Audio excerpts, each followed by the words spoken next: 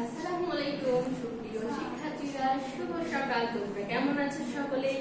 Shimul memorial north south school and college কর্তৃক আয়োজিত YouTube দ্বিতীয় শ্রেণীর বাংলা ক্লাসে তোমাদের সকলকে স্বাগত। আমি তোমাদের সঙ্গে আছি তোমাদের পরিচিত সাথী মিস। আমি তোমাদের জুমে ক্লাস নিই, তাই না? আজকে কোনো কারণবশত ইউটিউবে ক্লাস নিতে হচ্ছে। আমরা অবশ্যই ক্লাসটি সকলে মজা করে করবো। ওকে, আমি তোমাদের সাথে আছি, তোমাদের পরিচিত সাথী ম্যাডাম। ওকে ছোট্ট বাবুরা, তোমরা নিশ্চয়ই সুস্থ আছো, ভালো আছো। তোমাদের সঙ্গে আমার স্কুল ভবনে একদিন করে দেখা হচ্ছে। আজকে আমরা পড়ব রিভিশন ক্লাস। আজকে আমাদের যে পার্ট আছে ক্লাসের সেটি হচ্ছে সবাই মিলে করি কাজ। খুব সুন্দর একটি হচ্ছে তোমাদের পাঠ্য বইয়ে খুব সুন্দর এবং সর্বশেষ একটি গল্প হচ্ছে সবাই মিলে করি কাজ। আমরা স্ক্রিনে ছবি দেখে বুঝতে পারছি এটা হচ্ছে মক্কা নগরীর মরুভূমির ছবি, তাই না? আমরা হচ্ছে সবাই মিলে করি কাজে মক্কা ও মদিনা শরীফের আমরা গল্প শুনেছি। তো এবার আমরা প্রথমে শিখন ফল শিখে নিব। মিস প্রথমে শিখন ফলগুলো পড়িয়ে দিবে, আমরা সুন্দর করে শান্তভাবে শুনে বুঝে নিব যে আজকের ক্লাসে আমরা কি কি শিখব।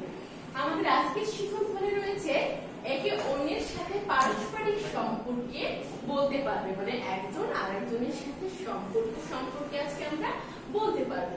কঠিন কাজ সহজ হওয়া সম্পর্কে বর্ণনা করতে পারবে। কি করলে, কিভাবে কাজ করলে কঠিন কাজ সহজ হয়ে যায় সেই সম্পর্কে আজকে আমরা ক্লাসে জানতে পারবো। তারপরে কি আছে দেখি, আলোচ্য বিষয়। আমরা কি করি, আলোচ্য বিষয় যখন আমরা স্ক্রিনে দেখতে পাই তখন আমরা খাতায় তুলে নিই এবং পড়ি, তাই না? আমরা মিসের সঙ্গে পড়বো এবং খাতায় তুলে নিব। সকলেই খাতা কলম নিয়ে সকলে রেডি। আজকের আলোচ্য বিষয় রয়েছে আপত্তি মাটির ঝুড়ি। আপত্তি শব্দের অর্থ কি আমরা জানি তো? আপত্তি শব্দের অর্থ হচ্ছে অমত। মাটির ঝুড়ি, মাটির ঝুড়ি মানে মাটির ঝুড়ি হচ্ছে ওই যে আমরা গল্পে দেখেছিলাম যে ঝুড়িতে করে মাটি কেটে মাথায় করে বহন করছে, পরীক্ষা খনন করছে, সেই মাটির ঝুড়ি। পরীক্ষা খনন, পরীক্ষা শব্দের অর্থ আমরা ইতিমধ্যে অনেকেই জানি যে পরীক্ষা শব্দের অর্থ হচ্ছে শত্রুর আক্রমণ থেকে রক্ষা পাওয়ার জন্য মাটির মধ্যে তৈরি গর্ত, সেটা হচ্ছে পরীক্ষা। পরীক্ষা, সেই পরীক্ষা কেন খনন করা হয়েছিল? পরীক্ষা খনন করা হয়েছিল শত্রুর আক্রমণ থেকে রক্ষা পাওয়ার জন্য, তাই না? কঠিন কাজ দল গঠন। আমরা একসঙ্গে অনেকে হাতে হাত রেখে যখন একটা কাজ আমরা করবো, কাঁধে কাঁধ রেখে বলি আর হাতে হাত রেখে বলি, তখন আমাদের কঠিন কাজও সহজ হয়ে যাবে। তারপরে আজকে কি আছে দেখি, এক কথায় প্রকাশ, বাক্য গঠন, শূন্যস্থান পূরণ, প্রশ্নোত্তর, বানান নিয়ে খেলা, অনুচ্ছেদ। আমরা এই বিষয়গুলোর উপর আজকে পুরো ক্লাসটা করব। আমি আবারও বলে দিচ্ছি, এক কথায় প্রকাশ, বাক্য গঠন, শূন্যস্থান পূরণ, প্রশ্নোত্তর, বানান নিয়ে খেলা ও অনুচ্ছেদ। ছোট্ট বাবুরা, আমরা নেক্সট স্লাইডে চলে যাচ্ছি। দেখি নেক্সট স্লাইডে কি রয়েছে। আমার বাবুরা, আমরা হচ্ছে নেক্সট স্লাইডে পড়বো সবাই মিলে করি কাজ গল্পের কিছু অংশ পড়বো। ওকে, মহানবী হযরত মুহাম্মদ সাল্লাল্লাহু আলাইহি সাল্লাম ছিলেন সর্বশেষ ও সর্বশ্রেষ্ঠ নবী। তার জীবনী প্রধানত দুই ভাগে ভাগ করা হয়েছে, মাক্কি জীবন ও মাদানী জীবন। তার মানে আমরা বুঝতে পারছি যে আমাদের সর্বকালের সর্বশ্রেষ্ঠ মহামানব মহানবী হযরত মুহাম্মদ সাল্লাল্লাহু আলাইহি সাল্লামের জীবনী দুই ভাগে ভাগ হয়েছিল। একটা হচ্ছে মাক্কি জীবন আর একটা হচ্ছে মাদানী জীবন। ওকে, আমরা দেখি মাক্কি জীবন কোনটা, মাদানী জীবন কোনটা। এখানে মক্কা শরীফে তিনি যতদিন অতিবাহিত করেছিলেন সেটা হচ্ছে তার মাক্কি জীবন, আর মদিনা শরীফে তিনি যতদিন অতিবাহিত করেছিলেন সেটা হচ্ছে মাদানী জীবন। তারপরের স্লাইডে কি রয়েছে দেখি, মদিনায় শত্রুরা হামলা করে। শত্রুরা কোথায় হামলা করেছিল? শত্রুরা হামলা করেছিল মদিনা শহরে। মদিনা শহরে শত্রুরা হামলা করেছিল। আমরা স্ক্রিনে ছবি দেখে বুঝতে পারছি যে এরা হচ্ছে কি যুদ্ধ করতে কোথাও ছুটে যাচ্ছে, তার মানে কোথায় যাচ্ছে? মদিনা শহরে যাচ্ছে, তাই না? তারপরে স্ক্রিনে কি রয়েছে দেখি, তারপরে স্ক্রিনে রয়েছে মাটির ঝুড়ি মাথায় তুলে নিয়ে বললেন, আমিও তোমাদের দলে কাজ করব। এখানে কিন্তু মহানবী সাল্লাল্লাহু আলাইহি সাল্লাম বা তার সাহাবীরা কেউ কিন্তু এখানে নাই। এখানে জাস্ট একটা ডেমো পিক দেখানো হয়েছে তোমাদেরকে যে মাথায় মাটির ঝুড়ি বহন করে সে সময় পরীক্ষা খনন করা হয়েছিল, তাই না? তাহলে মাটির ছুরি মাথায় তুলে দিয়ে বললেন, আমিও তোমাদের সঙ্গে কাজ করব। এই কথাটি কে বলেছিলেন?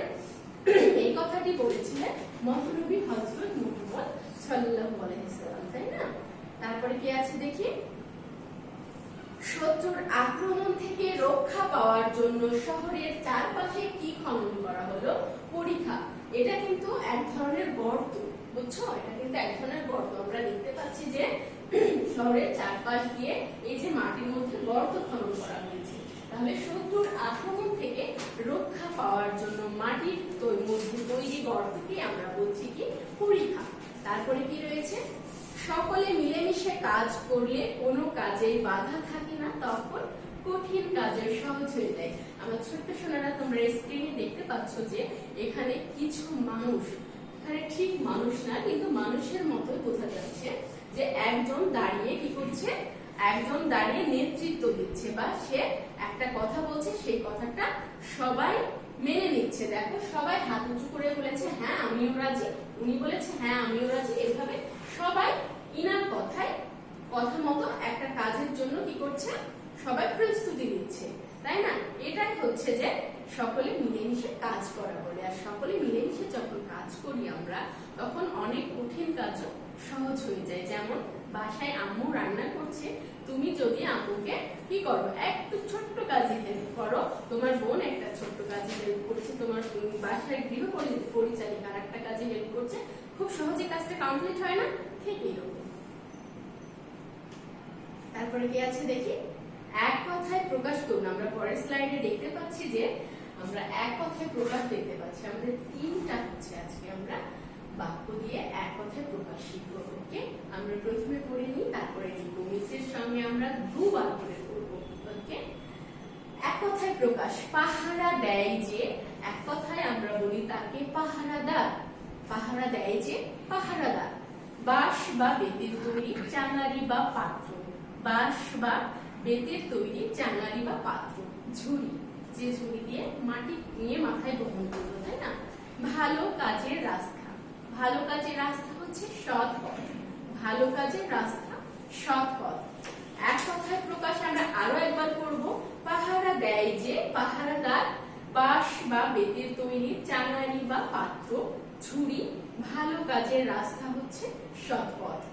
তাহলে আমি দুবার পড়িয়ে দিলাম ছোট্ট সোনারা, তোমরা সুন্দর করে খাতায় তুলে নাও।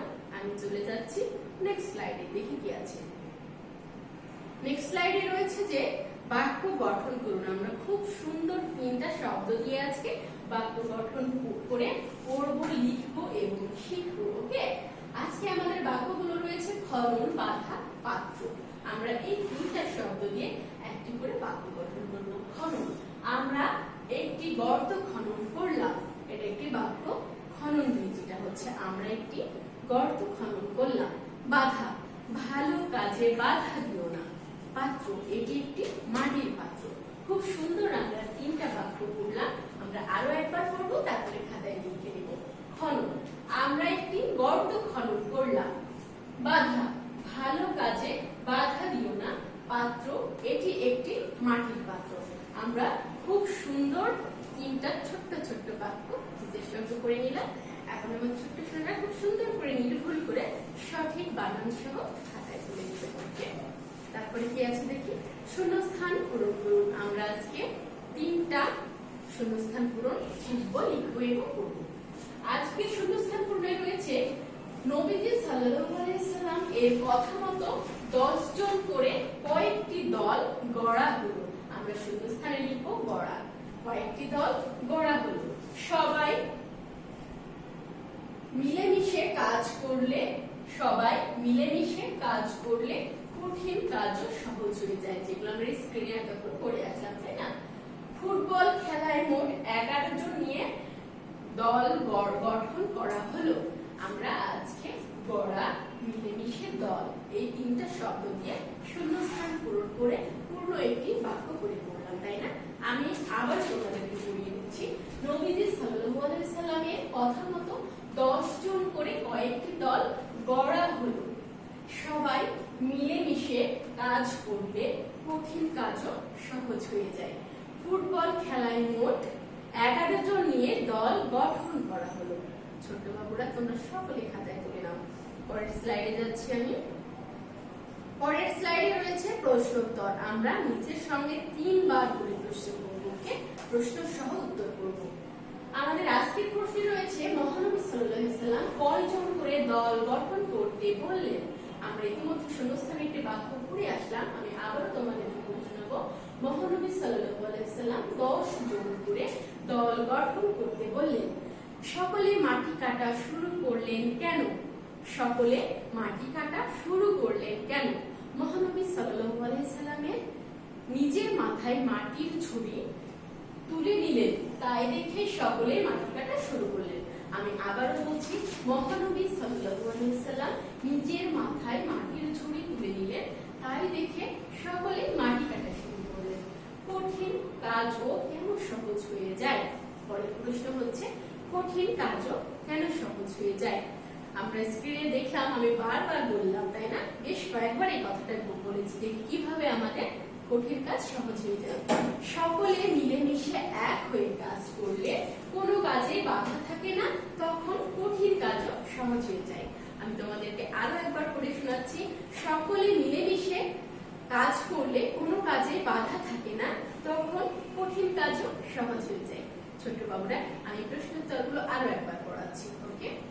মহানবী সাল্লাল্লাহু আলাইহি সাল্লাম কয়জন করে দল গঠন করতে বললেন? মহানবী সাল্লাল্লাহু আলাইহি সাল্লাম 10 জন করে দল গঠন করতে বললেন। সকলে মাটি কাটা শুরু করলেন কেন? মহানবী হযরত মুহাম্মদ সাল্লাল্লাহু আলাইহি সাল্লাম যখন নিজের মাথায় মাটির ঝুড়ি তুলে নিলেন, তাই দেখে সকলেই মাটি কাটা শুরু করলেন। কঠিন কাজও কেন সহজ হয়ে যায়? সকলে মিলেমিশে এক হয়ে কাজ করলে কোনো কাজে বাধা থাকে না, তখন কঠিন কাজও সহজ হয়ে যায়। ছোট্ট সোনারা, পরের স্লাইডে দেখি কি রয়েছে। অনুচ্ছেদ লিখুন। ভয় পাবেন না, কিন্তু অনুচ্ছেদগুলো কিন্তু হতে পারে বড়, কিন্তু খুব সুন্দর এবং মজার। আমরা অনুচ্ছেদের প্রথম 5টি বাক্য প্রথম দিন ক্লাসে পড়েছি, প্রথম ক্লাসে। আজকে আমরা দ্বিতীয় রিভিশন ক্লাসে শেষ 6টি বাক্য পড়ব। আমার সঙ্গে আপনারা সকলেই পড়বেন, আর নিশ্চয়ই আপনাদের কাছে অনুচ্ছেদের শীট রয়েছে, সেই শীটটা হাতে সকলে নেবেন এবং সেই শীট হাতে নিয়ে আমার সঙ্গে পড়াশোনা করবেন। তিনি আল্লাহ এক ও অদ্বিতীয়, তার কোন শরীক নেই, এই মহাসত্য প্রচার করেন। সে সময় নেমে আসে তার উপর সীমাহীন অত্যাচার ও নির্যাতন। এই তারটা কে? এই তারটা হচ্ছে সর্বকালের সর্বশ্রেষ্ঠ মানব হযরত মুহাম্মদ সাল্লাল্লাহু আলাইহি সাল্লাম।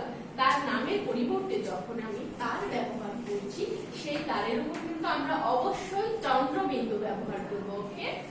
তারপরে কি আছে দেখি। কিন্তু তিনি ইসলামের বাণী প্রচার করেই থাকেন। হযরত মুহাম্মদ সাল্লাল্লাহু আলাইহি সাল্লাম 632 খ্রিস্টাব্দের 12ই রবিউল আওয়াল মৃত্যুবরণ করেন। তিনি ছিলেন সর্বশেষ নবী।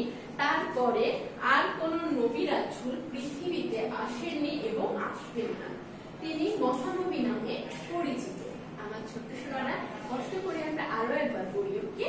তিনি আল্লাহ এক ও অদ্বিতীয়, তার কোন শরীক নেই, এই মহাসত্য প্রচার শুরু করেন। সেই সময় নেমে আসে তার উপর সীমাহীন অত্যাচার ও নির্যাতন। কিন্তু তিনি ইসলামের বাণী প্রচার করতেই থাকেন। হযরত মুহাম্মদ সাল্লাল্লাহু আলাইহি সাল্লাম 632 খ্রিস্টাব্দের 12ই রবিউল আওয়াল মৃত্যুবরণ করেন। তিনি ছিলেন সর্বশেষ নবী। তারপরে আর কোন নবী রাসূল আসেননি এবং আসবেন না। তিনি মহানবী নামে পরিচিত। আমার ছোট বাবুরা, আমাদের তো নবীজির জীবনী সম্পর্কে জানতে হবে, তাই না? জানতে হলেও আমাদেরকে এই অনুচ্ছেদটি পড়তে হবে। আমার ছোট্ট সোনারা, আপনাদের খুব কাছে চলে এসেছে বার্ষিক পরীক্ষা। আপনারা অবশ্যই সকলে মনোযোগ দিয়ে অনুচ্ছেদগুলো এবং সকল সাবজেক্টই সুন্দর করে করবেন। নেক্সট এর পর আমরা খাতায় তুলে নিই। নেক্সট এ রয়েছে রিভিশন ক্লাস পড়া, সবাই মিলে করি কাজ। অনুচ্ছেদ হযরত মুহাম্মদ সাল্লাল্লাহু আলাইহি সাল্লামের সম্পূর্ণ অংশ। সেখানে আমাদের বাক্য ভাগ থাকবে না। তাহলে ছোট্ট সোনামণিরা, এতক্ষণ ধৈর্য ধরে ক্লাসটি করার জন্য তোমাদের সকলকে অসংখ্য অসংখ্য অসংখ্য ভালোবাসা। তোমরা সকলে সাবধানে সুস্থ থাকবা। বার্ষিক পরীক্ষার প্রিপারেশন অনেক সুন্দর করে ভালোভাবে নেবা, বারবার পড়বা এবং লিখবা। তোমাদের সকলকে আরো একবার ধন্যবাদ জানিয়ে